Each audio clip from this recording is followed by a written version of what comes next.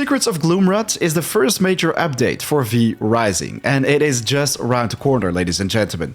I got the chance to check out the new content early, so in today's video, I'm excited to share everything you need to know about it. All the key features from the new massive Gloomrot area, but also reworked previous locations, with new enemies, NPCs, and even V-Blood bosses to battle.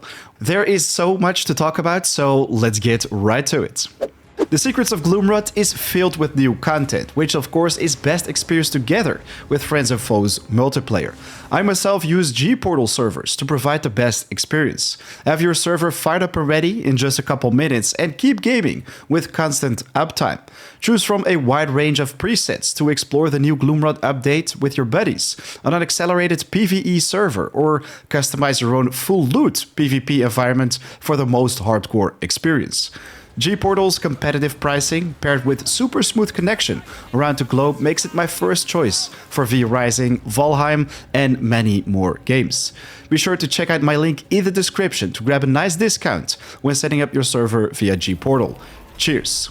Alright, so here we are on the new Gloomrot update. If we open up the map, you can see that this one is still pretty similar to the one you're used to, while there are so many changes and revamps to older regions.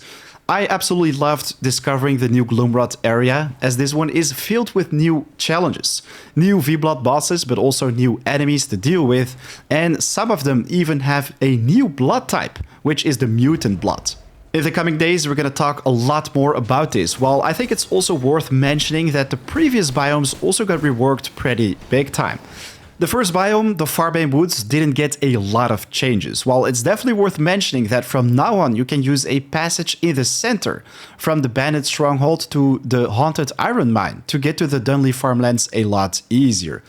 The most important new areas are the shady merchant camps, which you can find in the west and the east of the map. This is where you'll be spending your copper coins, which you can find in the entire area to unlock new blueprints, make advancement to the next biome a lot easier to craft better weapons and armor. It's awesome that you now no longer have to search for a roaming merchant to spend your coin, while you want to be careful on PvP servers, as these places are without doubt going to be a hotspot for combat.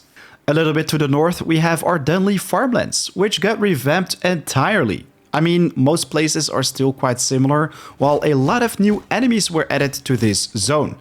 First and foremost, we have the Haunted Iron Mine, still a hotspot for PvE and PvP, as iron is very important for progression to the next biome, and this is where you can also find some new enemies.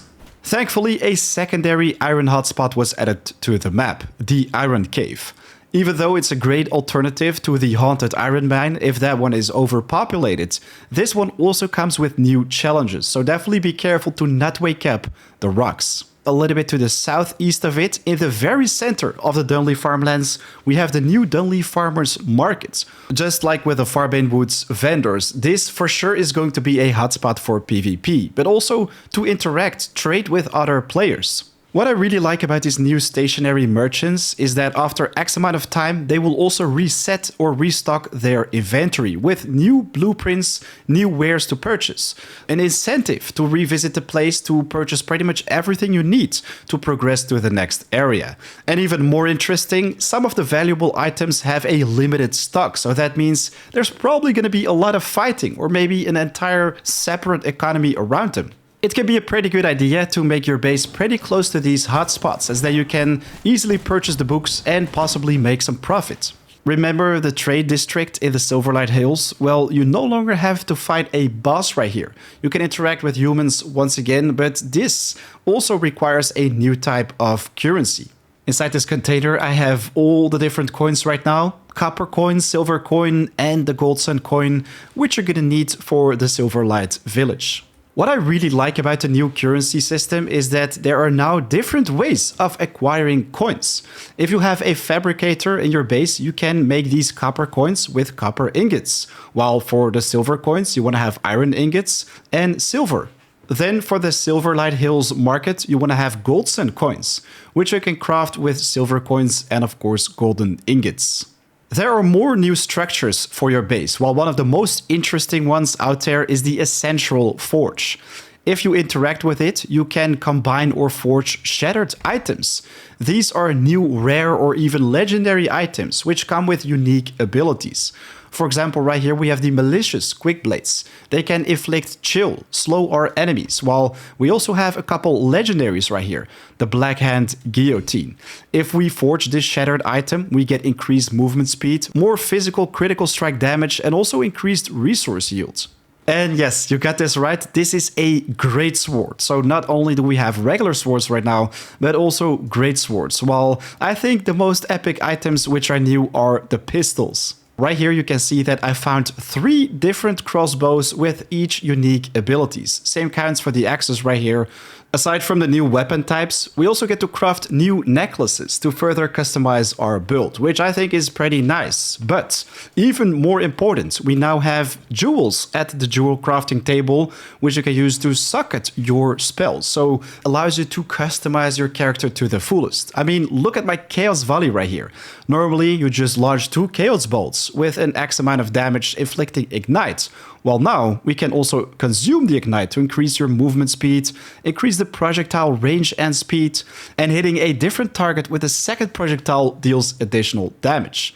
For my illusion spell, the Phantom Aegis, normally you just apply the shield and weakening on nearby enemies, while now we also increase the target's spell power, explodes upon expiring, and further increases the movement speed.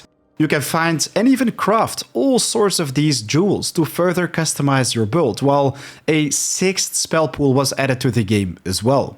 With Storm Magic, you can now cast a Cyclone, or for example a Ball of Lightning. Of course, you're gonna have to take out different targets, new V-Blood bosses to get your hands on these new spells, but I can assure you they are a lot of fun. So yeah, a lot of new spells got added, new weapons and armor, but also new crafting stations. So that means a lot more V-Blood bosses. For example, now we have Krieg, the Undead General, which you have to defeat before you can start crafting Reapers. For the slashers, you now have to take out Bane the Shadow Blade, and not only does he give access to this new blueprint, but also the small coin purse. So that means you can now have purses in your inventory. Not just your primary inventory slots, but if you click on the show bags, this is where you will add extra items. Be careful though, as if you die, you will basically lose all the loot within, of course depending on your server settings. But yeah, if you use GPortal like me, you can make changes to your V-Rising server in no time via the dashboard or FTP access. Then you can prevent item drops or double the resource yield when farming resources. Heck, maybe even remove the item durability during PvP entirely for a more casual experience. Grab my link in the description for a nice discount during checkout and support the channel while you're at it. Cheers! Anyways, if you want to unlock the Great Sword, you want to take out Tristran the Vampire Hunter. I think this is one of the most badass weapons which you can get your hands on as of right now. I mean, look at the abilities which we're using right here. 2 dashes, leaps literally to take out your opponents, knock them up high in the sky. But of course, the higher we go up in the list, the closer we get to the Gloomrot update.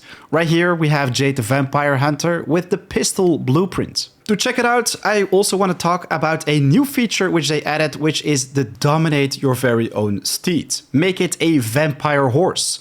And this one comes with many benefits, as normally if you mount a horse, you can only use the gallop to increase its movement speed. While right now you can also use Shadow Leap to quickly traverse from A to B. You can use this twice to make travel so much easier. And honestly, I also think they look pretty cool. You also don't have to worry about losing your steed, as if they die, they will basically turn invisible, more or less. And if you are far away from them, you can always reuse your dominant mount to instantly teleport them to your location, which instantly heals them. If you dominate a mount, of course it comes with the maximum speed, acceleration and rotation speed of the horse it used to be. So if you're not very happy with its current stats, you can always release the companion and search for another one. Before you get access to this ability though, before you even see horses in general, you first have to deal with the Alpha Wolf, which unlocks the vampire power wolf form.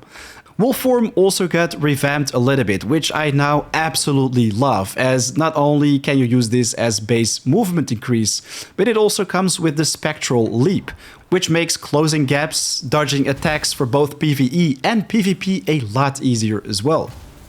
So we're currently in the Gloomrot forest, and as you can see, we have a mutated moose right in front of us. I'm gonna quickly take care of it so you can see the new mutant blood, as this one can be pretty interesting for different encounters.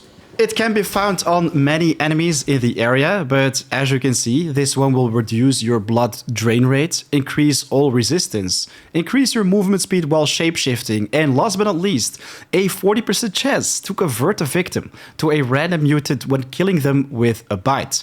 You can also boost all the above effects on the final tier, but spawning in mutants, I think, is a pretty interesting one, as it adds an extra layer of chaos to the battle.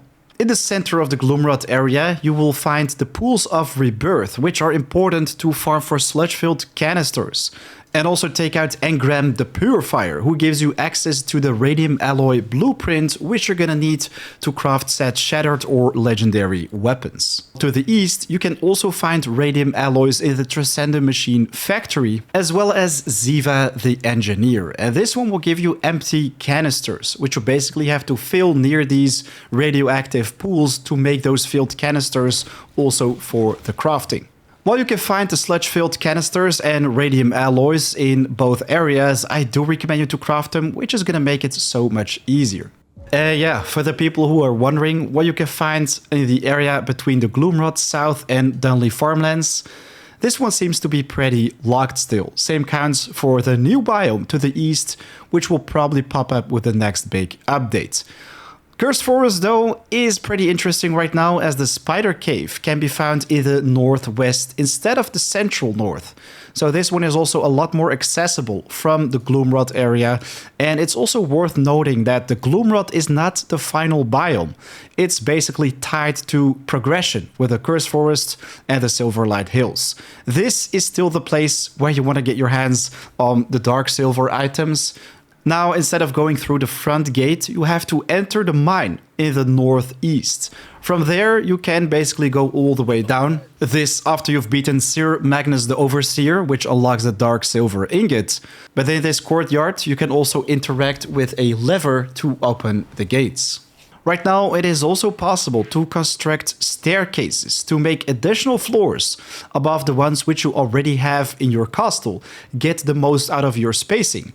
I'm gonna be honest, I haven't checked out this feature myself yet, as all the building elements seem to be pretty big. I'm sure some of you guys are gonna absolutely love being able to place different floors though, gonna make base building much more efficient. Well, I think the new weapons and the Essential Forge in general are probably one of the most epic features with the new update. So yeah, let's quickly check out all the different weapon types you can craft right now. So we already had access to swords, axes, the mace, spear, reaper, slashers, and the crossbow, while they also added great swords and pistols. I already have a great sword right here, so let's also craft dark silver pistols to showcase both of them. Alright, so first off we have the Great Sword. This one comes with the Great Cleaver ability. Charge forward and swing your Greatsword upward, dealing 150% physical damage in an area and also launching enemies into the air for 0.75 seconds.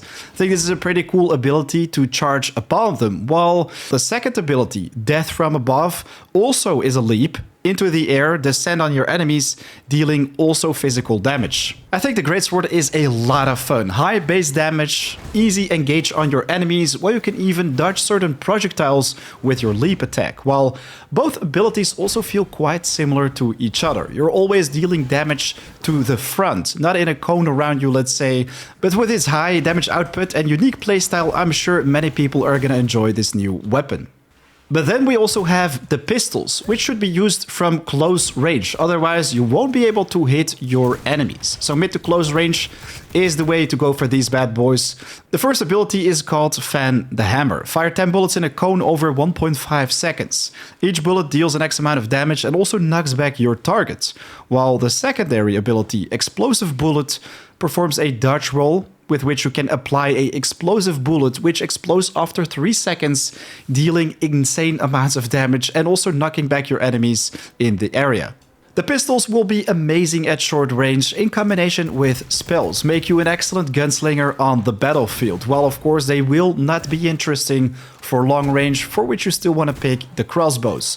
Those, however, with less risk also have less damage. Alright, so there you have it, everything you need to know about the new Gloomrot update, all changes and additions made to V-Rising. If you found this video helpful, be sure to leave a like as it helps out the channel big time, very much appreciated. And yeah, I'd love to hear what you are most excited about. Do you want to start playing with the new weapons, the claymore and the pistol, or are you just very much looking forward to exploring a new biome, taking out all those different new V-Blood bosses? Can't wait to hear that in the comments down below. There is so much more to talk about, which we're gonna do in the coming days. Right now though, it is 4 AM out. I wanna thank you for watching, have an awesome day, I'll see you in the next one. Peace.